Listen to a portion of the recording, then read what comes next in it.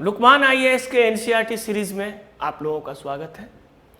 जैसा कि विगत पिछले क्लास में से मैं आपको लेक्चर देता आ रहा हूं और विभिन्न, जैसे कि इससे पहले जो जल के बारे में मैंने बताया था कि वायुमंडल में जल किस प्रकार से, उसका जल चक्रण के बारे में भी, हाइड्रोलॉजिकल साइकिल के बारे में भी आपको बताया था।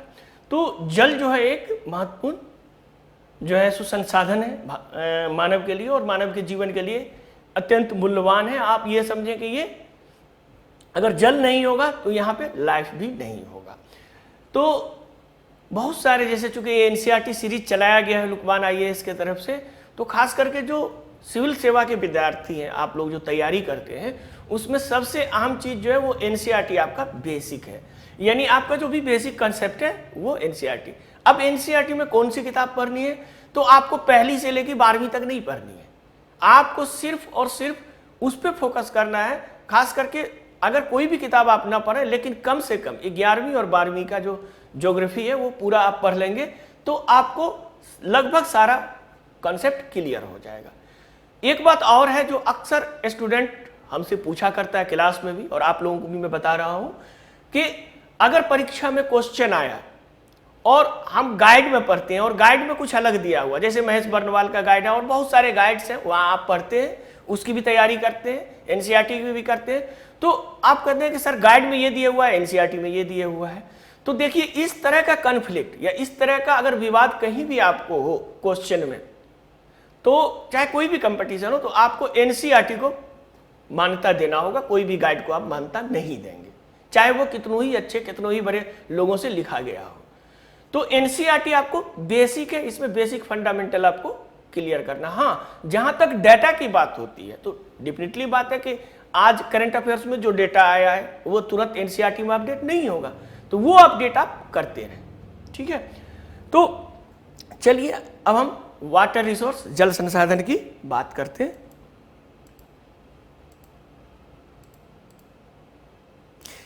जैसे कि मैंने बताया, जो जल है वो प्राकृतिक का सबसे मूल्यवान संसाधन है, यानी सबसे कीमती है।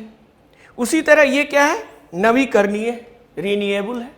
क्यों रिन्यूएबल है? जो हमने बताया था आपको कैसे जल चक्र होता है, वाष्पीकरण होता है, संघनन होता है, फिर वर्षण होता है और फिर अपवाह से फिर वो आ जाता है। तो एक चक्र के रूप में ये चलता रहता है।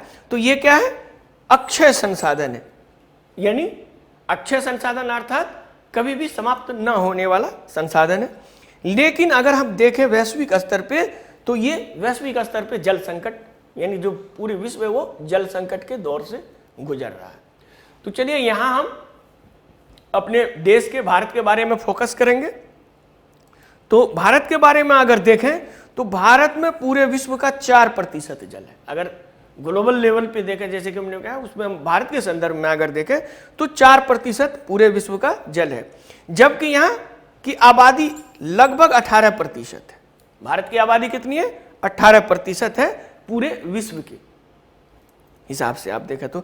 इसका अर्थ यह है कि हमारे पास, यानी हमारे देश में जो है, प्रति व्यक्ति जल की उपलब्धता काफी कम है। यानी जो पर कैपिटा वाटर की बात हम करें, प्रति व्यक्ति जल की बात करें तो वो कम है। और भारत अगर सिंचित क्षेत्र के मामले में देखें, जो सिंचाई है उसकी दृष्टि से विश्व में प्रथम स्थान पे, उसकी दृष्टि से विश्व में प्रथम स्थान पे। तो ये एक था कि वैश्विक लेवल पे भारत की क्या स्थिति है जल संसाधन के संबंध में। आगे हम लोग चलते हैं। तो आगे अगर हम देखें तो हमारा देश का 1/8 क्षेत्र, यानी अगर टोटल इंडिया का एरिया देखें तो 1/8 क्षेत्र जो है वो बाढ़ प्रवण है, यानी फ्लड प्रोन एरिया, जहां अक्सर बाढ़ आया करता है। ठीक उसी के विपरीत यदि हम देखें तो 1.6% क्षेत्र जो है वो सूखे के चपेट में है। और इस तरह का जो डिस्ट्रीब्यूशन में डिफरेंसेस है कि 1/6 सूखा से है, 1/8 बाढ़ से प्रभावित है। तो इसका मेन कारण है कि जो हमारी मानसून की प्रवृत्ति इसके लिए जिम्मेदार है। जिस वर्ष मानसून अच्छी होती है तो अच्छी, मतलब बाढ़ भी आ जाती है, सुखाड़ कम होता है। लेकिन अगर मानसून कम हो जाए तो फिर सूखे की पड़ने की संभावना रहती है। इसके पीछे में भी बहुत सारे मानसून का जो मैकेनिज्म है वो हम लोग एटमॉस्फेरिक सर्कुलेशन में पढ़ेंगे आप लोग के साथ। तो आगे उसी तरह से दूसरा जो सबसे बड़ा जिम्मेदार है ये वाटर का, अगर हम देखें तो तेजी से हो रही शहरीकरण, औद्योगिकीकरण, आधुनिकीकरण के कारण शहरों में अगर हम देखें तो पानी का मांग बढ़ रहा है। तो ये सब चूंकि पानी जो है सो एक इसेंशियल है, बहुत जरूरी चीज है। तो आगे हम लोग देखते हैं तो देश में जो है सो पूरे वर्ष में वर्षन, यानी जैसे कि हमने बताया था वर्षा और वर्षन दोनों में फर्क है। तो वर्षन अर्थात जिसमें हिमपात भी हो रहा है, ओलावृष्टि भी हो रहा है और बारिश भी हो रही है, से कुल उपलब्ध जल जो है अगर हम देखें पूरा जो देश में बारिश से जो उपलब्ध टोटल जल होता है वो 4000 घन किलोमीटर, यानी 4000 किलोमीटर क्यूब घन किलोमीटर है। अगर हम धरातलीय जल की बात करें, धरातलीय जल मतलब एटमॉस्फेरिक वाटर, जो ये धरातलीय जल मतलब सरफेस वाटर जो सरफेस पे मौजूद है। तो एक तो जैसे हमने ये बताया बारिश से जल आता है, तो ये लगभग समझिए बारिश से होता है, मतलब बादल से होता है, एटमॉस्फेयर से आता है। और धरातल पर जो है अगर मौजूद हमारा जल है वो है 1869 घन किलोमीटर, ये भी घन किलोमीटर, जिसमें से ये 1869 में से केवल 60% अगर हम देखें तो सिर्फ 60% का ही हम लोग उपयोग कर पाते हैं, अर्थात 40% जो है वो बेकार आपका चला जाता है। इस प्रकार अगर हम देखें तो पूरा जो देश का टोटल जल है सरफेस वाटर जिसकी हम बात कर रहे हैं, तो अगर टोटल सरफेस वाटर की हम बात करें तो उसका हम 1122 घन किलोमीटर स्क्वायर ही कर पाते हैं। अब आप यहां देखिए वर्षा से हमको 4000 मिल रहा है, सरफेस वाटर धरातलीय जल से 1869 मिल रहा है। तो आप ये समझिए कि लगभग अगर 1800 मोटे तौर पे आप देखें तो आपको 6000 घन किलोमीटर जल मिल रहा है, जिसमें सरफेस भी है और एटमॉस्फेरिक जल भी है, दोनों मिला के। और आप यूज कितना करते हैं? 6000 में से सिर्फ आप 1122 का ही यूज करते हैं। तो इसका मतलब है कि हमारे पास अभी भी इतनी कैपेसिटी नहीं है कि हम इसको सही तरीके से उपयोग कर सके और इसको ज्यादा से ज्यादा यूज कर सके, ताकि हमारा जल संकट कैसे दूर हो। तो चलिए उसके बारे में हम लोग आगे देखते हैं। जल के 4 प्रमुख स्रोत हैं। जैसे हमने अभी आपको बताया कि जल कहां कहां होता है, तो एक तो सरफेस वाटर धरातलीय जल, भूमिगत जल जो हमारा भूमि के नीचे से निकलता है सरफेस वाटर के साथ, ग्राउंड वाटर जिसको हम लोग बोलते हैं, ये सरफेस वाटर हो गया, ये ग्राउंड वाटर हो गया, और एटमॉस्फेरिक जल वायुमंडलीय जल, और तीसरा जो है महासागरीय जल, महासागरीय जल। लेकिन जो हम डे टू डे लाइफ, जैसे हम लोग जो डे टू डे लाइफ करते हैं उसमें सिर्फ 2 का ही उपयोग करते हैं, सतही जल अर्थात धरातलीय जल और भूमिगत जल, यानी सरफेस वाटर और ग्राउंड वाटर। ये 2 का ही हम लोग उपयोग करते हैं, चाहे वो खाने पीने नहाने इंडस्ट्रीज जिसमें भी हम उपयोग करें। हम वायुमंडलीय जल और महासागरीय जल का उपयोग अभी नहीं कर रहे हैं। तो अब हम लोग सरफेस वाटर की बात करते हैं, अगर उसके बाद हम लोग ग्राउंड वाटर की भी बात करेंगे। तो सरफेस वाटर अर्थात धरातलीय जल, तो धरातलीय जल जो है इसमें आपको आ जाएगा नदियां, झीलें, तालाब और तलैया। नदियां मीन्स रिवर, लेक, पाउंड और टैंक। ये सब आपको अगर इसको टोटल करें तो अगर हम देखें, जैसे कल हम इससे पहले आपको जो फिजिकल ज्योग्राफी में पढ़ा रहे थे भारत की, तो उसमें मैंने आपको बताया था कि जो भारत है उसमें तकरीबन हजारों नदियां हैं। तो टोटल जो है अगर हम देखें 1.6 किलोमीटर अगर लंबी नदी को माने भारत में जितनी है, तो टोटल 10,360 नदियां हैं। ये 10,360 नदियां हैं। तो इसीलिए मैंने कहा था कि अब 10,360 नदियां हैं तो वो सारा का आपको लिस्ट रखने की जरूरत नहीं है, ठीक है। आपको सिर्फ प्रमुख नदियों के बारे में जानने की जरूरत है, उसके महत्व को जानने की जरूरत है। ये सबसे अहम चीज होता है, ठीक है। आगे चलते हैं हम लोग। तो सरफेस वाटर को अगर हम देखें तो टोटल जो है सभी नदी घाटी की औसत वार्षिक प्रवाह, जैसे सरफेस वाटर में हमने बताया कि नदी है, तो नदी का है आपको 1869 घन किलोमीटर होने का अनुमान है, ऐसा अनुमान है भारत में। ये सब भारत के संदर्भ में हम लोग बात कर रहे हैं। हालांकि अगर स्थलाकृति, जल विज्ञान और विभिन्न बाधाओं, यानी विभिन्न, इंडिया का जो हम देखेंगे तो इंडिया एक समान नहीं है, जैसे कि मैंने पहले ही आपको फिजिकल स्ट्रक्चर ऑफ इंडिया में बताया था भारत के भौतिक विभाजन के बारे में। तो भारत में क्या है, कहीं कहीं ऊंचे पहाड़ हैं, हिमाच्छादित पर्वत हैं, तो कहीं रेगिस्तान है, तो कहीं मैदान है, कहीं पठार है। तो जो टोपोग्राफिकल स्ट्रक्चर है, जिसको स्थलाकृतिक और हाइड्रोलॉजिकल स्ट्रक्चर, यानी हाइड्रोलॉजिकल जल विज्ञान और अन्य बाधाओं के कारण सिर्फ ये जो 1869 में सिर्फ हम 690 घन किलोमीटर जल का ही उपयोग कर पाते हैं, बाकी सब जो है बर्बाद हो जाता है। अर्थात हम सिर्फ 32% जल का ही उपयोग करते हैं और 68% जो है आपका जल, वो जो नदी घाटियों का जल है वो वापिस मतलब बर्बाद हो जाता है। तो इसीलिए जो भी परियोजनाएं बनती हैं वो ये कोशिश करती हैं कि इसका हमारा जल का किस तरह से ज़्यादा उपयोग कर सकें। इसी तरह कुल धरातलीय जल जो सरफेस वाटर है, उसमें से 2/3 भाग देश की 3 प्रमुख नदियां, यानी जो टोटल सरफेस वाटर आ रहा है हमारे पास नदियों से, उसमें मुख्यतः सिंधु, गंगा और ब्रह्मपुत्र, जो हमने बताया था हिमालय का जो 3 नदी तंत्र के बारे में भी बताया था आपको, तो उसमें सिंधु, गंगा और ब्रह्मपुत्र में प्रभावित होता है।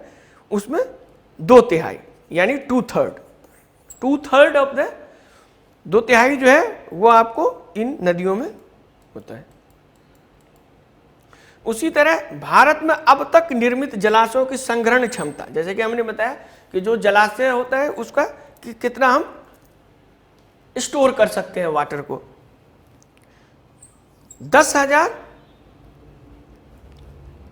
17,400 बिलियन, यानी 17,400 बिलियन क्यूबिक मीटर है टोटल।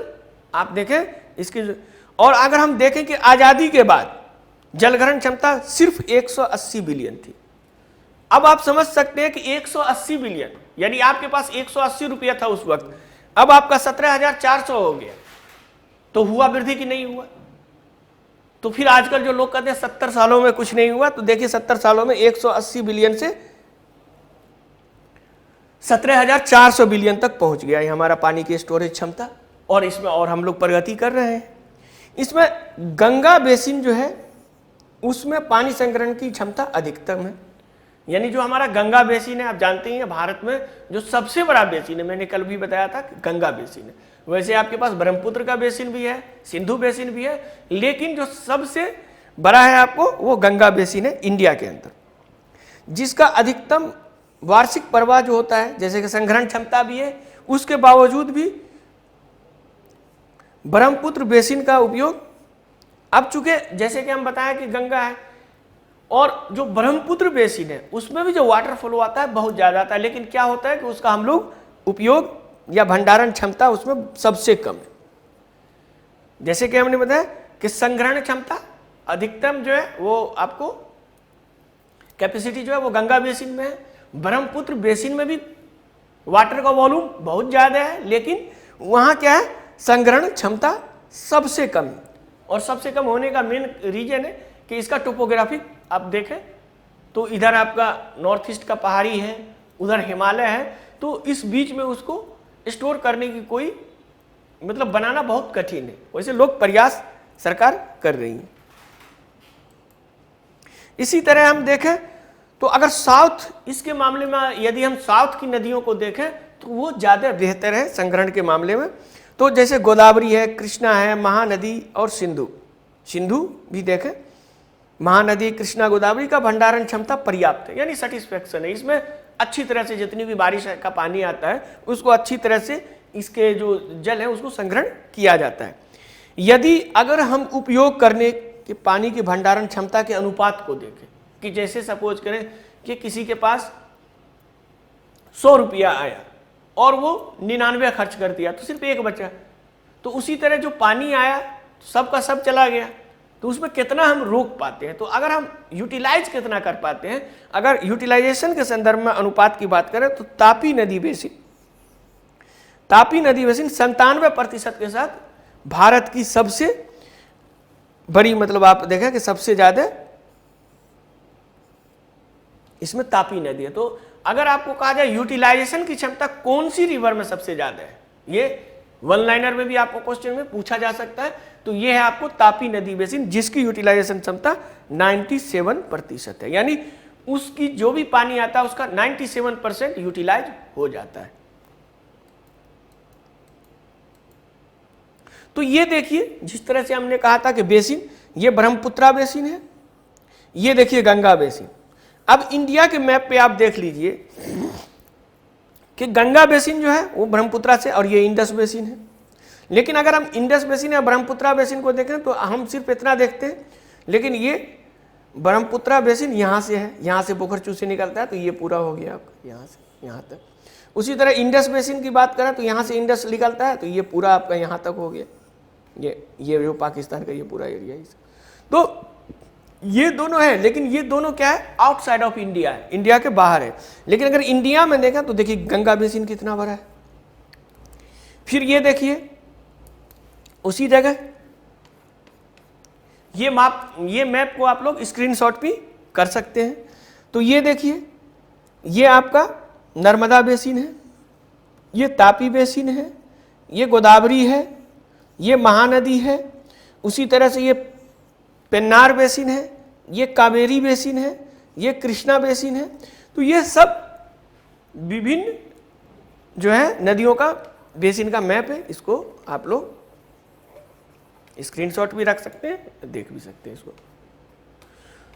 तो ये तो हम जल की जो सरफेस वाटर था उसकी बात कर रहे थे। इसके आगे चलते हैं आगे, तो अब आएगा आपको भूजल संसाधन अर्थात ग्राउंड वाटर की बात हम करते हैं।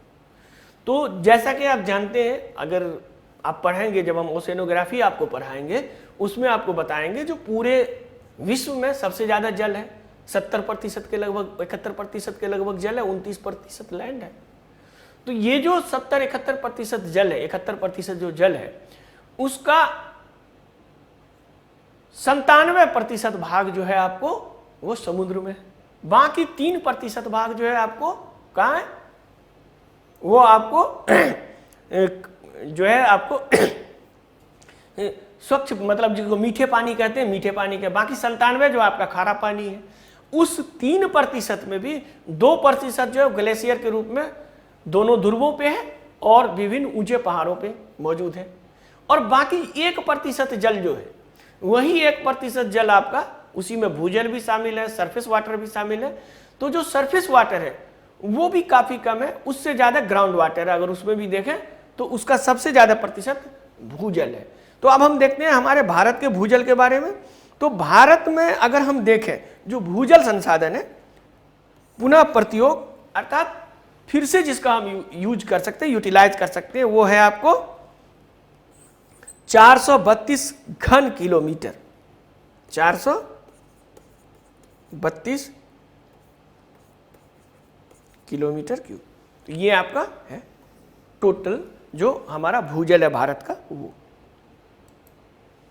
उसी तरह से देखें तो गंगा और ब्रह्मपुत्र बेसिन में कुल पुनर्पूर्ति योग यानी पुनः पूर्ति योग यानी फिर से उसको ये कहते हैं भूजल संसाधनों का लगभग 46% है। अब आप ये समझिए कि सिर्फ गंगा और ब्रह्मपुत्र को जोड़ दें तो अप्रोक्स समझिए 50% या 46% है। लेकिन मोटे तौर पे अगर देखें तो लगभग आधी इसी क्षेत्रों में है आपका। भूजल का उपयोग अगर हम देखें तो ये भी आपसे अक्सर पीटी वगैरह के क्वेश्चन में पूछा जा सकता है कि भूजल का उपयोग सबसे ज्यादा किन क्षेत्रों में किया जाता है, भूजल का उपयोग सबसे कम किन क्षेत्रों में किया जाता है, ये सब आपसे परीक्षा में पूछा जाता है। तो भूजल का उपयोग अगर हम देखें तो पंजाब, हरियाणा, राजस्थान और तमिलनाडु में सबसे अधिक होता है, यानी सबसे मैक्सिमम इसका यूज किया जाता है। और आप जानते हैं कि जो पंजाब और हरियाणा के क्षेत्र में तो इतनी ज़्यादा भूजल का उपयोग किया गया कि यहाँ जो ग्राउंड वाटर है वो उसका भी डिप्लेशन हो गया, उसका भी लेवल काफ़ी नीचे चला गया। तो सबसे ज़्यादा उपयोग होने वाले राज्यों में आपको पंजाब, हरियाणा, राजस्थान और तमिलनाडु है। उसी तरह अगर हम देखें तो छत्तीसगढ़, उड़ीसा और केरल ये ऐसे राज्य हैं जहां सबसे कम भूजल क्षमता का न्यूनतम उपयोग होता है। तो देखिए, ये जैसे कि मैंने बताया कि एनसीईआरटी को समझ के पढ़ने की जरूरत है। सिर्फ एनसीईआरटी आंकड़ों का खेल नहीं है। सिर्फ ये आंकड़ा तो आप अपडेट कर सकते हैं, जो लेटेस्ट डाटा है सरकार के साइट पे भी जाके आप उसको देख सकते हैं, लेकिन समझने की जरूरत है। और खास करके जब हम लोग ज्योग्राफी पढ़ते हैं तो उसके पीछे की कारण समझने की जरूरत है। तो उसी तरह से छत्तीसगढ़ या उड़ीसा या केरल की अगर बात करें तो आपसे यह क्वेश्चन पूछा जा सकता है कि छत्तीसगढ़, उड़ीसा और केरल आदि राज्यों में भूजल क्षमता का न्यूनतम उपयोग क्यों किया जाता है, इसके क्या कारण है। तो सबसे बड़ी बात अगर देखें तो केरल जो है आपको पूरी तरह से इक्वेटर के लगभग पास है, वहां पानी अक्सर मतलब बारिश होती रहती है, वहां सरफेस वाटर काफी है, फिर वायुमंडलीय जल भी वहां काफी होता है। तो इस तरह से वहां का फिर टोपोग्राफी का फीचर देखा, इन सब को आपको देखना पड़ेगा। तो आपको ये दूसरा उड़ीसा भी समुद्र तट के पास है। जहां तक छत्तीसगढ़ की बात है तो छत्तीसगढ़ में क्या है कि एक घने जंगल है, ध्रुव क्षेत्र है, वहां वाटर रिसोर्स को इस तरह से क्या करें कि उपयोग करने का जो देखें कि वो जंगल है या जिस तरह से उसका टोपोग्राफिक फीचर देखें तो उस वजह से वहां आप नहीं दे सकते। तो कारण इसका है कि ये तटीय क्षेत्र है, यहाँ पानी की उपलब्धता अधिक है, ठीक है, और यहाँ इन लोगों को आसानी से पानी मिल जाती है। तो जब आसानी से पानी मिल जाएगी तो भूजल का ये लोग कम उपयोग करेंगे, ठीक है। तो जब हम लोग भारतीय कृषि की भी बात करेंगे, जब आप आएंगे हमारे क्लास में और हम पढ़ेंगे कि इंडियन एग्रीकल्चर, सॉइल और इसके बारे में, तो उसमें भी आपको पता होगा कि किस फसल कहाँ कैसे उगाया जाता है। जैसे कि मैंने विश्व भूगोल में आपको बताया ही था कि किस तरह से सब्सिस्टेंस कृषि यानी निर्वाह कृषि किस तरह से होता है। तो वो आपको भूजल क्षमता का न्यूनतम उपयोग करते हैं, क्यों करते हैं, इस पे आपको फोकस करना होगा, ठीक है। आगे चलते हैं। फिर उसी तरह से गुजरात, उत्तर प्रदेश, बिहार, त्रिपुरा और महाराष्ट्र जैसे राज्य जो हैं ये मध्यम स्तर पर, ये मॉडरेट भूजल संसाधन का उपयोग करते हैं, ठीक है। तो ये तो था भूजल संसाधन के उपयोग के बारे में। आगे हम देखेंगे कि भूजल के बाद लैगून और पश्चजल, जिसको बैक वाटर्स बोला जाता है, इंग्लिश में बैक वाटर्स, हिंदी में इसको पश्च जल, अगर शुद्ध हिंदी बोले तो इसको बोला जाता है। तो भारत, जैसा कि हम जानते हैं कि एक विशाल समुद्री तट है भारत में। भारत को अगर हम मैप पे देखें तो ऐसे यहाँ से और यहाँ बंगाल की खाड़ी से अगर हम देखें, और ये श्रीलंका,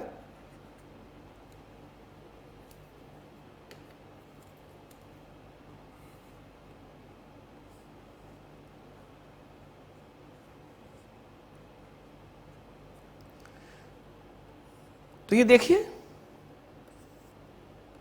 और उधर आप चले तो ये आपका यहां से आप देखेंगे कच्छ का रण से, तो ये देखिए कितना विशाल ये समुद्री तट है। ये वाला भी समुद्री तट है और ये वाला भी समुद्री तट है। तो विशाल समुद्री तट है। तो इसमें है कि जो समुद्री तट के पास जो राज्य है उसमें इसके कारण क्या होता है कि अत्यधिक दुरंतरित है। इंटेंडेड का अर्थ ये हो गया कि जैसे अगर आप यहां देखें इंडिया का मैप, तो नॉर्मली लोग इस तरह से सीधा बना देते हैं, लेकिन जब आप ध्यान से देखेंगे तो ये सीधा नहीं होगा, इस तरह से होगा। अगर इसको, इस पोर्शन को, ये पोर्शन है, इसको अगर हम काट के इलार्ज करके देखें तो आपको ऐसा नजर आएगा, मतलब दांतेदार बना हुआ नजर आएगा। अर्थात कुछ भाग लैंड, कुछ भाग समुद्र, कुछ भाग लैंड, कुछ भाग समुद्र। तो इसमें क्या होता है कि समुद्र के किनारे होने से इसमें जल की जमावट हो जाता है और इसके कारण जो है इस एरिया में कई लैगून और झीलों का निर्माण होता है। जैसे कि यहाँ उड़ीसा के पास हम देखेंगे ये चिल्का झील है, ठीक है, उसी तरह से केरल के पास है। तो इस प्रकार का जो झील का निर्माण होता है तो इस झीलों में, और यही जो दांतेदार जिसको बोलते हैं उसी को हिंदी में दुरंतरित या इंग्लिश में इंटेंडेड बोलते हैं। तो यहाँ जो है यहाँ पानी जमा हो जाता है तो यहाँ जल आपको मिलता है, लेकिन ये जल होता क्या कि खारा होता है।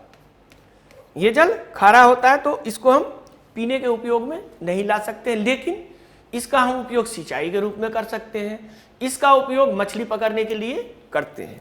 तो ठीक इसी को देखिए आगे। तो ये आपको केरल जैसा कि हमने बताया था, उड़ीसा, पश्चिम बंगाल जो समुद्र तट के किनारे राज्य है, इन लैगून और झीलों में पानी का विशाल संसाधन है। यहाँ बहुत ही ज्यादा आपको उसके पास वाटर रिसोर्सेस है।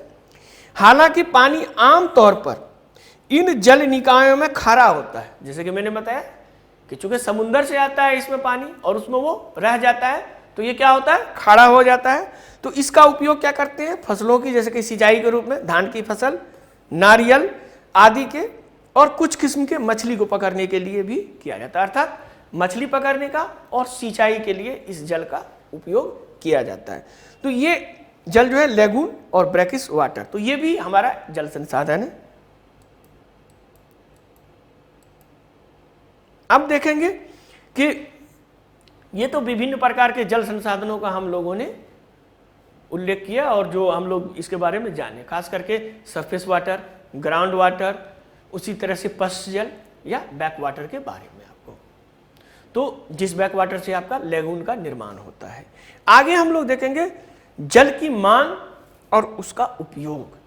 जैसे हम जान रहे हैं कि दिन ब दिन जो है नगरीकरण हो रहा है, जल की मांग काफ़ी बढ़ रही है, तो इसीलिए अब जल की मांग बढ़ रही है, उसका उपयोग हो रहा है, तो फिर उसकी आपूर्ति कैसे होगी, उसके लिए कौन कौन से प्रयास किए जाएंगे, भारत की पॉलिसियां क्या क्या है इस संबंध में, इन सबको आगे हम पढ़ेंगे। तो इसमें है भारत के बारे में हम लोग जानते हैं कि परंपरागत रूप से क्या है, कृषि प्रधान है। कृषि, इसकी लगभग 2/3 आबादी कृषि पर निर्भर है, 2/3 आबादी कृषि पे निर्भर है। तो अगर हम देखें कि वर्तमान भारत में जल की मांग सिंचाई के लिए, तो अभी भी जो हमारा वाटर रिसोर्सेस है उसका सबसे ज्यादा यूज जो है, उपयोग जो है वो किया जाता है आपको सिंचाई के लिए। सिंचाई के लिए इसका उपयोग किया जाता है। तो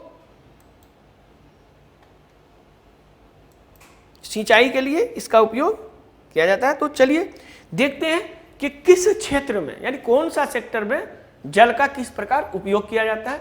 तो एक ये ग्राफ्स है, जैसे कि मैंने बताया कि जो ज्योग्राफी है इसको आप सिर्फ पढ़ के और रट के नहीं समझ सकते, इसके लिए आपको अच्छा एनिमेशन, अच्छा ग्राफिक्स की भी जरूरत पड़ेगी, ताकि आपको सरलतम तरीके से आसानी से समझ भी हो जाए और इस चार्ट को आप स्क्रीनशॉट लेकर के अपने कमरे में लगा सकते हैं।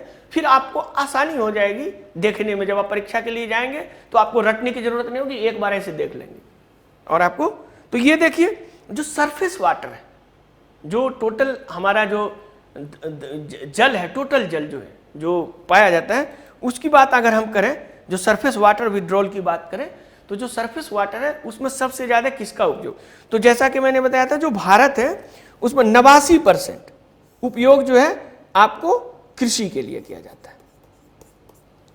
89% कृषि के लिए किया जाता है और 9% जो है आपको सरफेस वाटर का उपयोग घरेलू काम के लिए, यानी डोमेस्टिक यूज किया जाता है। और बाकी जो बचा ये 2% ये आपको उद्योग के लिए किया जाता है। उद्योग के लिए, इंडस्ट्रीज के लिए 2% किया जाता है। तो ये तो सरफेस वाटर की बात हुई। सरफेस वाटर में कौन कौन सा है, नदी भी है, ग्राउंड वाटर भी है, और आपको जो ब्रैकिश वाटर है, झील है, ये सारा चीज सरफेस वाटर के अंतर्गत आता है। अगर हम सिर्फ आगे का देखें कि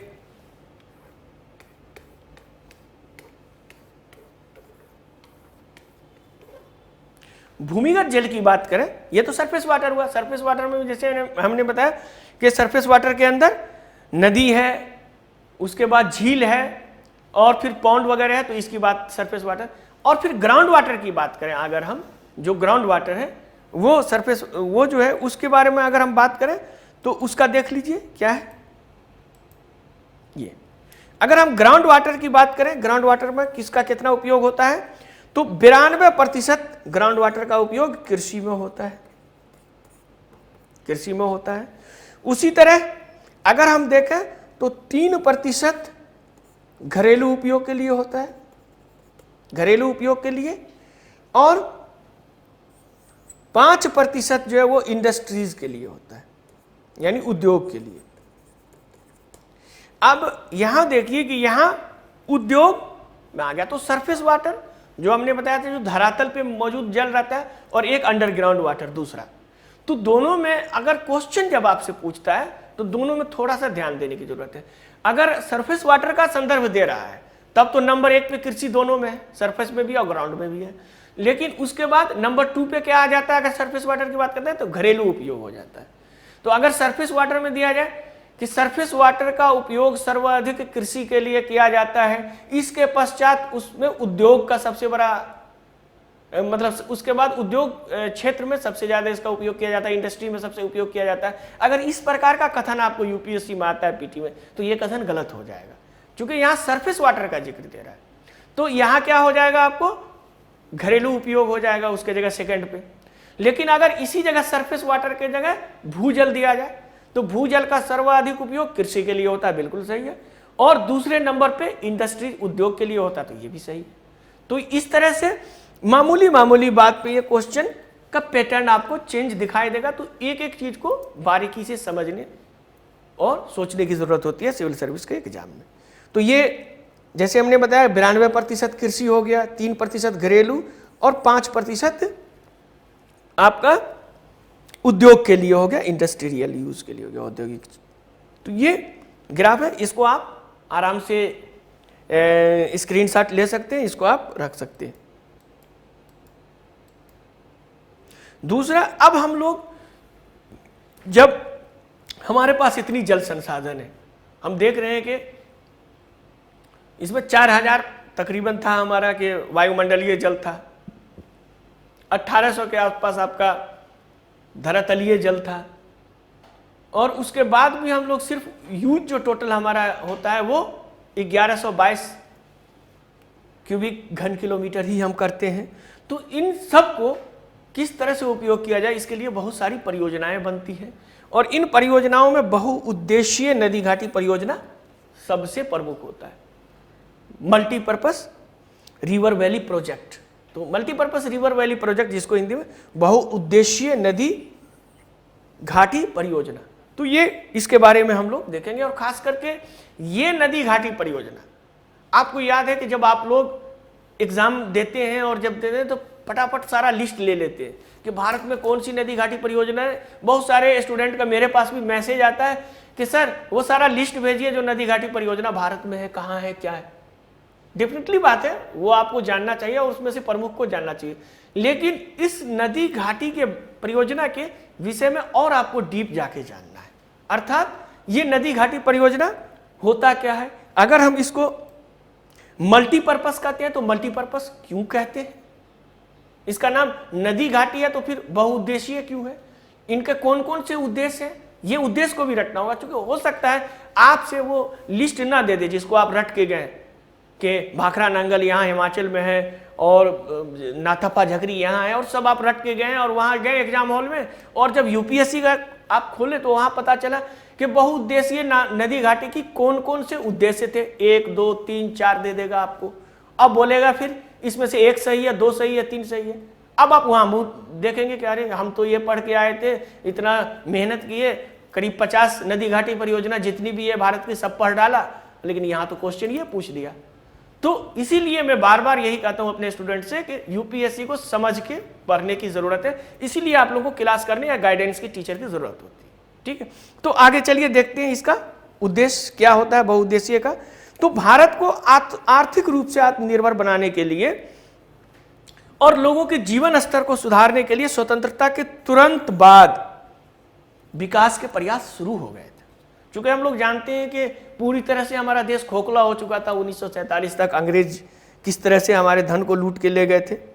इसके लिए नदी घाटी परियोजनाओं के विकास पर विशेष बल दिया गया कि जो हमारे नदी है उसके विकास, उसको किस तरह से विकसित किया जाए। क्योंकि इस नदी घाटी में अक्सर हर साल बाढ़ आते थे, बहुत सारा नुकसान भी होता था। तो इसको एक मैनेज तरीके से, अच्छे तरह से मैनेजमेंट कैसे किया जाए, तो इसी नदी घाटी परियोजनाओं को बहुउद्देशीय परियोजना थी। यही जो थी, यही मल्टीपर्पज थी कि सिर्फ उसको हम बाढ़ नियंत्रण तक ही सीमित ना रखें, इसमें और कई उद्देश्य जोड़ा जाए, तो उसको हम बहुउद्देशीय परियोजना कहेंगे। तो बहुउद्देशीय परियोजना के मुख्य उद्देश्य निम्नलिखित है। तो यही पूछा जाएगा कि निम्नलिखित कथनों पर विचार करें, बहुउद्देशीय परियोजना के मुख्य उद्देश्य हैं। अब उसमें 4 दे देगा, 5वां ऐसा दे देगा जो नहीं है। तो फिर आप वहां जितने भी नदी घाटी पढ़ के आप गए हैं, जहां जहां भी नदी घाटी है वो आपको कोई काम नहीं आएगा वहां पे। क्योंकि वहां आप यूपीएससी नहीं बोल सकते कि हमने तो ये पढ़ लिया था सर, हमने तो असम में और कहाँ अरुणाचल में भी है, उसको भी हमने लिस्ट कर लिया था, लेकिन आपने पूछा नहीं। ऐसा नहीं है। इसीलिए अदर स्टेट या वनडे एग्जाम और यूपीएससी में फर्क होता है। तो ये आपको हमेशा ध्यान रखना होगा। तो देखिए इसके उद्देश्य है बाढ़ नियंत्रण, जैसा कि हमने बताया कि ये बाढ़ नियंत्रण। नंबर 2, मृदा अपरदन की रोकथाम। बाढ़ नियंत्रण करता है, मृदा अपरदन की रोकथाम करेगा।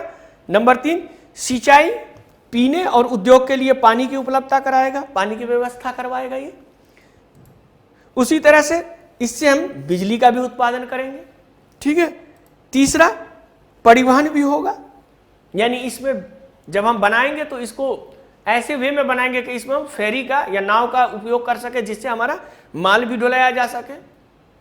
नेशनल वाटरवेज का नाम आप लोग सुने ही है। तो उस तरह से किस तरह से हम इसको जोड़ पाए, तो परिवहन का भी काम करेगा, मनोरंजन का भी काम करेगा। जो भी बड़े बड़े डैम है वहां जाके आप इंटरटेन कर सकते हैं, पिकनिक मना सकते हैं वहां जाके, तो ये मनोरंजन का भी काम करेगा। उसी तरह से इसके आसपास में वन्य जीव का संरक्षण भी होगा। जो हमारा जंगल है वो भी संरक्षित होगा, क्योंकि वो जंगल बार बार बाढ़ से या अन्य आपदा से वो टूट जाता था, जानवर भी बहुत सारे मरते थे, तो उनके जान को भी हानि नहीं होगा। और वन संरक्षण, तो ये देखिए ये तकरीबन आपका ये सारा उद्देश्य है। मनोरंजन हो गया, वन्य जीवन का परिवहन, बिजली उत्पादन, और ये, तो ये सब उद्देश्य है। इसको आप नोट कर ले, ठीक है। आगे चलते हैं। फिर लास्ट वाला जो है वो आपको मत्स्य पालन का विकास। अब चूंकि ये पॉन्ड बन गया है, पानी हमारा रुका हुआ, तो उसमें मछली पालन भी कर सकते हैं, उसका भी विकास होता है। तो ये सारी जो प्रमुख उद्देश्य है, इसीलिए इसको, चूंकि एक उद्देश्य नहीं है सिर्फ बाढ़ नियंत्रण का, ये उद्देश्य भी है, ये भी है, ये भी है, इसीलिए इस परियोजना का नाम बहुउद्देशीय कहा गया है कि बहुउद्देश्य, मल्टीपर्पज है। इसमें एक पर्पस नहीं है, कई पर्पस इससे होते हैं और इससे हमारा विकास होता है। उसी तरह आगे हम देखें तो बहुउद्देशीय नदी घाटी परियोजना में जैसे हमने बताया कि डेफिनेटली बात है, जो प्रमुख नदी घाटी परियोजना है उसको आपको देखना ही होगा, और देखना होगा तो रटने से ज्यादा अच्छा है आपको कि एक मैप ले लें, मैप पे आप कर लें। अब आप मैप पे ही देख लेंगे कि अरे हाँ ये तो हिमाचल प्रदेश में है, हाँ ये तो अरुणाचल में है, ये तो कहाँ है, तो केरल में है। तो इस तरह से जैसे भाखरा नांगल, हीराकुंड, दामोदर घाटी, नागार्जुन सागर, इंदिरा गांधी नहर परियोजना, ये इत्यादि आपको प्रमुख परियोजनाएं, बहुउद्देशीय परियोजनाएं भारत की है।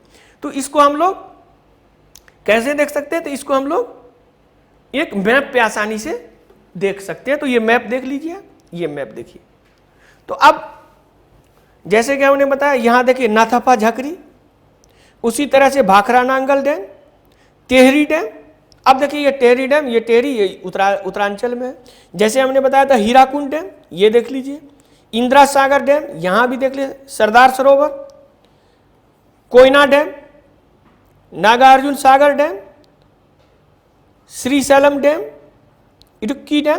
तो ये सारा जो महत्वपूर्ण आपको डैम है इस तरह से, तो इसका एक मैप आप लोग रखिए, और जो प्रमुख डैम है वो मैप पे देख लीजिए, तो ऑटोमेटिकली आपको वो राज्य समझ में आ जाएगा कि वो कहाँ है, ज्योग्राफिकल लोकेशन कहाँ है।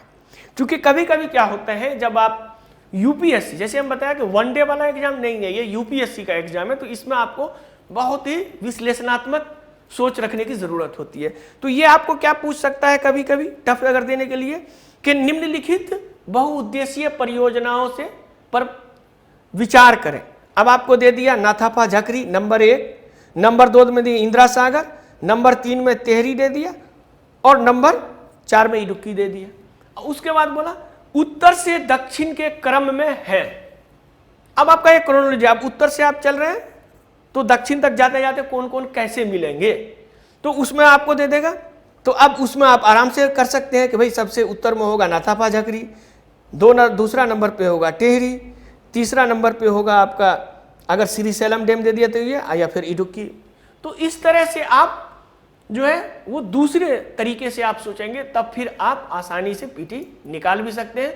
और फिर चूंकि ये कंपटीशन है और यूपीएससी ऐसा नहीं है कि सीधा क्वेश्चन आपसे पूछेगा, लेकिन हर क्वेश्चन का जो बेस है आपको वो एनसीईआरटी ही है।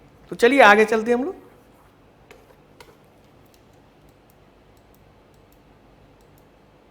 अब भारत में जल की समस्या, हम लोग जानते हैं कि जो भारत है हमारा देश जल समस्या से, जल संकट से गुजर रहा है। आए दिन आप फिगर में भी देखते होंगे, फोटो में भी देखते होंगे। तो जल समस्या में क्या क्या होता है, तो उसमें पहली बात तो है कि जो हम जल पीते हैं इतनी पोल्यूटेड हो गई है कि उसकी गुणवत्ता में गिरावट आ गई है। अगर इसकी वाटर क्वालिटी को हम लोग देखें तो उसकी गुणवत्ता में काफ़ी आपको गिरावट आएगी, खास करके उसमें हैवी मेटल्स आपको मिलेंगे। और जब देखेंगे खास करके जमुना और इसके एरिया में जो पॉल्यूशन कंट्रोल बोर्ड है, सेंट्रल पॉल्यूशन कंट्रोल बोर्ड, जब उसका निगरानी किया तो उसके अंदर आपको HG यानी पारा पाया गया है, हैवी मेटल्स पाया गया है, आर्सेनिक पाया गया है। तो इस प्रकार का जो मेटल्स या हैवी मेटल्स से ये हमारा वाटर क्वालिटी दिन ब दिन भारत का खराब होता जा रहा है। तो अब ये जो वाटर क्वालिटी खराब होता है इसके कुछ उपाय होने चाहिए, रोकथाम के उपाय होने चाहिए। तो रोकथाम के लिए हमारे गवर्नमेंट ने कौन कौन से प्रयास किए उसके बारे में हम लोग आज चर्चा करेंगे। तो जल प्रदूषण की रोकथाम, जो वाटर पॉल्यूशन है उसको कैसे रोकथाम किया जा सके। तो जैसे कि हमने बताया केंद्रीय प्रदूषण नियंत्रण board, central pollution control board और राज्य का जो है स्टेट पॉल्यूशन कंट्रोल बोर्ड, ये दोनों के साथ, मतलब स्टेट के साथ और सेंटर दोनों मिलके पूरे राष्ट्रीय जो हमारा जितना भी जल संसाधन है, वाटर रिसोर्सेज है, उसमें तकरीबन 507 स्टेशन बनाया है। और इन स्टेशनों में गुणवत्ता, जैसे हमने कहा वाटर की क्वालिटी की निगरानी किया जाता है। और इस गुणवत्ता की निगरानी से ये पता चला, जब इसके आंकड़े को आप देखेंगे तो इस आंकड़ों से पता चलता है कि नदियों में प्रदूषण का मुख्य स्रोत जैविक और जीवाणु प्रदूषण। तो देखिए यहाँ क्वेश्चन कैसे बनता है कि भारत के जल में गुणवत्ता की कमी आई है। इसके प्रमुख कारण हैं, नंबर 1 आपको दे देगा जैविक एवं जीवाणु प्रदूषण, नंबर 2 में दे देगा रासायनिक प्रदूषण, नंबर 3 में आपको दे देगा कि आप ये समझ लें कि उसको वैश्विक क्या कहते हैं, जो ये होता है कि मतलब वायुमंडलीय, मतलब जी इस तरह से आपको दे देगा कि जीवाणु प्रदूषण, उस तरह से आपको दे देगा आपको कि केमिकल प्रदूषण, उस तरह से दे देगा पेट्रोल एवं आपको जो है जीवाश्म ईंधन द्वारा किया गया प्रदूषण, इस तरह से, और उपयुक्त में से कोई नहीं। इस तरह से कई तरह से वो क्वेश्चन आपको बना सकता है। तो ये इसमें पहला आपका सही जवाब होगा जैविक और जीवाणु प्रदूषण। बेसिकली जो जैविक और जीवाणु प्रदूषण है वो सबसे ज्यादा है। अगर हम पॉल्यूशन की बात करें कि सबसे पॉल्यूटेड नदी कौन है, तो इन आंकड़ों के आधार पे, ये जो 507 स्टेशन में जो आंकड़े लगाए गए, इन आंकड़ों के आधार पे दिल्ली और इटावा के बीच में जो बहने वाली यमुना नदी है वो देश की सबसे प्रदूषित नदी है। अगर हम इन आंकड़ों का विश्लेषण करें तो ये पता चलता है दिल्ली और इटावा, जमुना तो ऐसे बहती है, लेकिन ये दिल्ली और इटावा के बीच में जो जमुना का खंड है वो सबसे प्रदूषित नदी है आपका इंडिया का।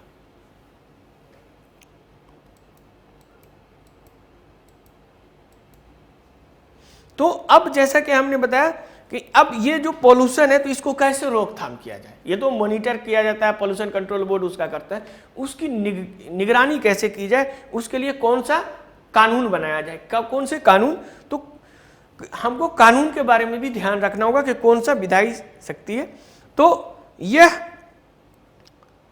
जल प्रदूषण रोकथाम नियंत्रण अधिनियम, water pollution prevention and control act 1974 और पर्यावरण संरक्षण अधिनियम 1986, ये दो हमारे विधायी ताकत है, लेकिन इसका प्रभावी ढंग से उपयोग नहीं किया गया। आप जानते हैं कि जितने भी कानून हमारे यहाँ बनाते हैं अगर वो ढंग से लागू किया जाए तो इतनी समस्याएं नहीं होंगी, खास करके पॉल्यूशन के संबंध में। तो इसका परिणाम यह हुआ कि 1997 तक ये कानून के बावजूद भी प्रदूषणकारी जो उद्योग थे 251 प्रदूषणकारी उद्योग झीलों के किनारे लगाए गए, नदी के किनारे या झीलों के किनारे। तो इस कानून का अगर पालन होता तो ये आपको 251 उद्योग नहीं लगता, और जब नहीं लगता तो ये जो क्वालिटी थी वाटर की वो क्वालिटी इतनी खराब नहीं होती। तो इसके संबंध में इसको और प्रभावी के लिए राष्ट्रीय जल नीति 2002 लाया गया, यानी 2002 में एक राष्ट्रीय जल नीति जिसको नेशनल वाटर पॉलिसी भी कहते हैं, तो ये लाया गया। और नेशनल वाटर पॉलिसी मोटे तौर पे देखें तो निम्नलिखित क्रम में जल आवंटन को निर्धारित करनी है। यानी जब नेशनल वाटर पॉलिसी लाया गया तो बताया गया कि भाई इसमें हम लोग ऐसी नीतियां बनाएंगे जिसमें सर्वोच्च प्राथमिकता कुछ चीज को देंगे, जिसमें नंबर 1 पे पीने का पानी, कि पहले लोगों को पीने का पानी मिलना चाहिए, उसके बाद सिंचाई के लिए होना चाहिए, क्योंकि जब पीने के पानी उपलब्धता हो गई तो फिर सिंचाई, ताकि उससे हमारा अनाज और खाने का सामान हो। उसी तरह से उसके बाद पनबिजली, उसके बाद फिर नेविगेशन जो हमने बताया परिवहन का काम किया जाएगा, और उसके बाद उद्योग और अन्न उपयोग के लिए। यानी फर्स्ट प्रायोरिटी दी गई आपको पीने का पेयजल के लिए, यानी पीने के पानी के लिए।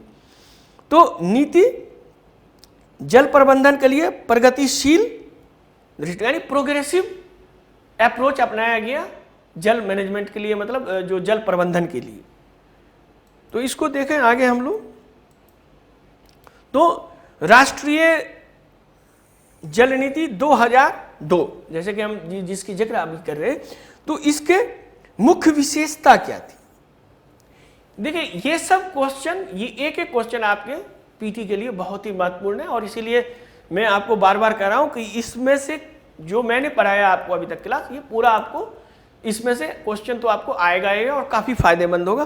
तो देखिए राष्ट्रीय जल नीति 2002 की मुख्य विशेषता क्या है, ये क्वेश्चन में भी आपको पूछ सकता है कि राष्ट्रीय जल नीति की 2002 की मुख्य विशेषताओं पर निम्नलिखित पर ध्यान मतलब कि निम्नलिखित पर विचार करें। तो अब उसमें जो भी पॉइंट है, जो मेन मुख्य पॉइंट है, वो आपको 3 या 4 वो दे देगा आपको परीक्षा में।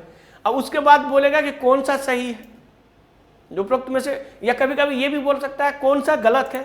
4 आपका सही दे दिया और 1 कोई गलत घुसा दिया, बोला कि कौन सा गलत है, ये भी आपसे पूछ सकते हैं। तो देखिए कि कौन क्या विशेषता है इसका। नंबर 1, इसमें सिंचाई और बहुउद्देशीय परियोजनाओं में जैसे कि हमने बताया कि पीने का पानी को तो अनिवार्य किया गया है, नंबर 1।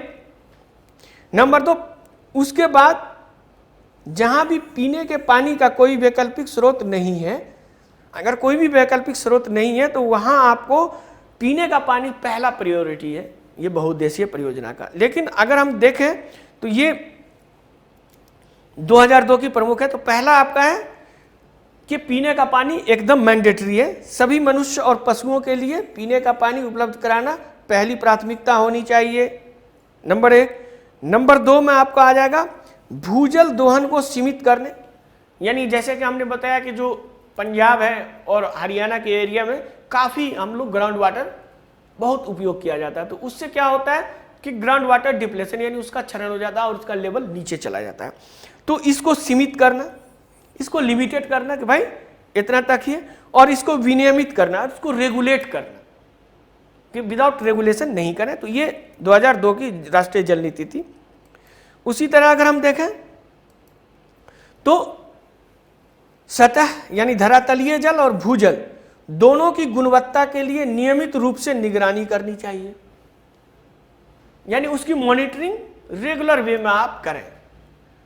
जैसे कि हमने बताया कि 507 स्टेशन लगाया गया है, उसी तरह से होता क्या है कि पूरी एक टीम जाती है और कहीं भी ग्राउंड वाटर है तो उसको लेके उसका एनालिसिस किया जाता है कि इसकी गुणवत्ता क्या है। तो पानी की गुणवत्ता की सुधार के लिए एक चरणबद्ध कार्यक्रम शुरू किया जाना चाहिए। इस पॉलिसी में था कि इसके सुधार मतलब एक तो जांचने के बाद अगर पाया गया कि खराब है तो फिर इसकी सुधार कैसे हो सकता है, तो इसके लिए एक स्टेप बाय स्टेप एक चरणबद्ध कार्यक्रम बनाना चाहिए, ये उस नीति में था। उसी तरह से पानी के विविध उपयोगों, जैसे कि हम लोग डिफरेंट उपयोग करते हैं, उद्योग में करते हैं, सिंचाई में करते हैं, पीने में करते हैं, तो जो विविध उपयोग है उसकी उपयोग की दक्षता, यानी ऐसा हो कि उसमें वेस्ट कम हो, मतलब हम पानी को बर्बाद न करें और ज़्यादा अच्छे से अच्छा उसका उपयोग कर पाएं, तो उसकी दक्षता को कैसे सुधारा जाए, इस पे भी इस पॉलिसी में कहा गया है। इस पॉलिसी में उसी तरह दुर्लभ संसाधन के रूप में कि जैसा कि हमने बताया कि जो वाटर है ये काफ़ी प्रीशियस, काफ़ी कीमती संसाधन है, वाटर रिसोर्सेस पहले में ही मैंने आपको बोला। तो इसके प्रति लोगों को जागरूकता विकसित करनी होगी कि कैसे लोग जागरूक हो और शिक्षा, विनियमन, प्रोत्साहन और विनिवेश के माध्यम से इसके लिए कैसे जागरूकता प्राप्त कर सकते हैं। तो उसका साधन क्या होगा कि एजुकेट किया जाए लोगों को, फिर इसके लिए एक ऐसे नियम बनाया जाए जिससे लोग खुद प्रोत्साहित हो इसके बारे में, जल संसाधन के बारे में लोगों को बताने के लिए कि भाई जल ही जीवन है। उसी तरह से विनिवेश भी किया जाए, तो इस जागरूकता को फैलाने के लिए पैसे की जरूरत होगी, तो इसमें फंडिंग भी किया जाए और उसका विनिवेश को संरक्षण और चेतना को बढ़ावा दिया जाना चाहिए। और इससे फिर लोगों में कॉन्सेंसस पैदा होगा, चेतना पैदा होगा, जन चेतना। लोग कहेगा कि नहीं, पानी सबसे महत्वपूर्ण चीज है। तो ये सब आपको राष्ट्रीय जल नीति के विषय में था। तो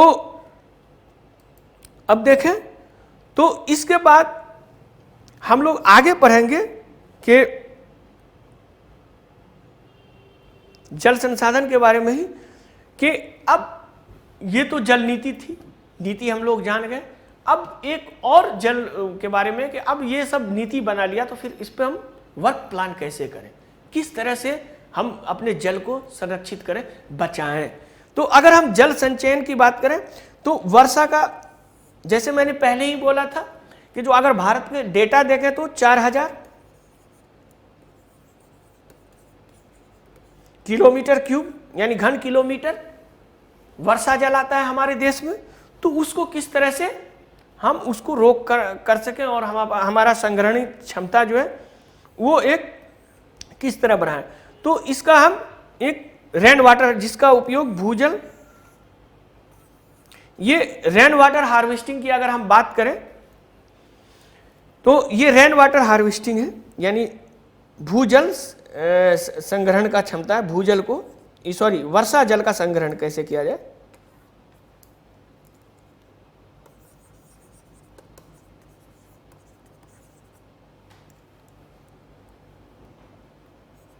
रेन वाटर हार्वेस्टिंग, ये रेन वाटर हार्वेस्टिंग, या इसको आप हिंदी में वर्षा जल संग्रहण, वर्षा जल संग्रहण या वर्षा जल संग्रहण या रेन वाटर हार्वेस्टिंग की बात करें तो इसका उपयोग बेसिकली जो होता है, अब चूंकि हम अगर संग्रहण करेंगे तो इसमें हमारा एक्वीफर, जिसको जलवाही स्तर कहा जाता है, जैसे भूजल का, जैसे मैंने बताया कि जो अत्यधिक भूजल का उपयोग करेंगे तो उसका स्तर नीचे चला जाएगा। अगर हम वर्षा जल संचयन करेंगे तो वो ग्राउंड वाटर रिचार्ज हो जाएगा, फिर से उसका स्तर ऊपर आ जाएगा।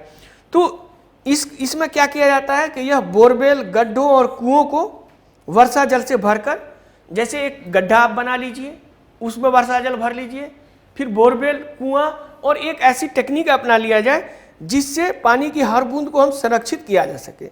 ये टेक्निक जो होता है ये पर्यावरण के लिए भी अनुकूल है आपका, इससे पर्यावरण को भी फायदा पहुंचता है। तो ये टेक्निक क्या है, ये हम देखें, ये देखिए अब आया, ये उल्टा एनिमेशन उल्टा लग गया था। बारिश के पानी का संग्रहण, ये यही हम कह रहे थे, रेन वाटर हार्वेस्टिंग। या भाई तो ये जो है पर्यावरण के अनुकूल तकनीक है। अब इसके बारे में हम लोग जैसा कि अभी पढ़ रहे थे, तो आप देखेंगे एक फिगर आपको देंगे। ये फिगर आप आसानी से फिर जैसे कि मैंने बताया स्क्रीनशॉट भी रख सकते हैं, आप अपने घर पे भी लगा सकते हैं। इसमें क्लियरिटी आपको लगेगी कैसे वर्षा के पानी को संग्रहित किया जाता है। तो चलिए आगे हम देखते हैं वो फिगर। ये देखिए, देखिए कि ये बारिश हो रही है और यहाँ आपके छत पे गिर रहा है पानी, इसको हम यहाँ संग्रहित कर लिए, फिर यहाँ से आया, यहाँ संग्रहित हो गया, फिर यहाँ एक्वीफायर यहाँ भी ये संग्रहित हो गया, यहाँ ये पूरा, अब ये वाटर का लेवल भी आपका नीचे रिचार्ज होके बढ़ गया। अब यहाँ पे हम क्या करेंगे कि ये पानी जब हमारे पास जमा हो गया, फिर इसको हम आराम से पंप से अपने टैंक पे रख सकते हैं। तो ये पानी का उपयोग हम अपने पीने के लिए भी कर सकते हैं, विभिन्न घरेलू उपयोग जैसे कि कार वॉश भी कर सकते हैं, गार्डन के लिए भी यूज कर सकते हैं। तो इस तरह से क्या होगा कि ये पानी, जो पानी पहले ये होता था और सीधे बह के बाहर चला जाता था, वहाँ ये सारे पानी को हम लोगों ने यहाँ रोक लिया, यहाँ रोक लिया। और इस प्रकार हम जो पानी को रोकते हैं, जो संग्रहण करते हैं, इसी को रेन वाटर हार्वेस्टिंग या वर्षा जल संचयन कहा जाता है।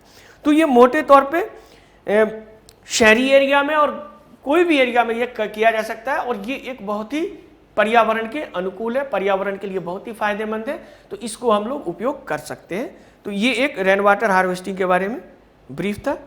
तो अभी तक ये मेरा लास्ट लेक्चर था जिसमें वाटर रिसोर्स के बारे में हम लोगों ने बात की, वाटर पॉलिसी आपको बताया, पॉल्यूशन कंट्रोल बोर्ड के बारे में बताया, और बताया कि किस तरह हमारे जल संसाधन का किस तरह से वितरण किया गया है और बहुउद्देशीय परियोजनाओं के क्या उद्देश्य है। इन सब बातों पे आपको फोकस करके सिविल की तैयारी करनी है, और ये सारा चीज आपको बेसिक एनसीईआरटी में मिलता है। तो उम्मीद करते हैं कि हमारा लेक्चर आपको बहुत ही पसंद आया होगा। धन्यवाद।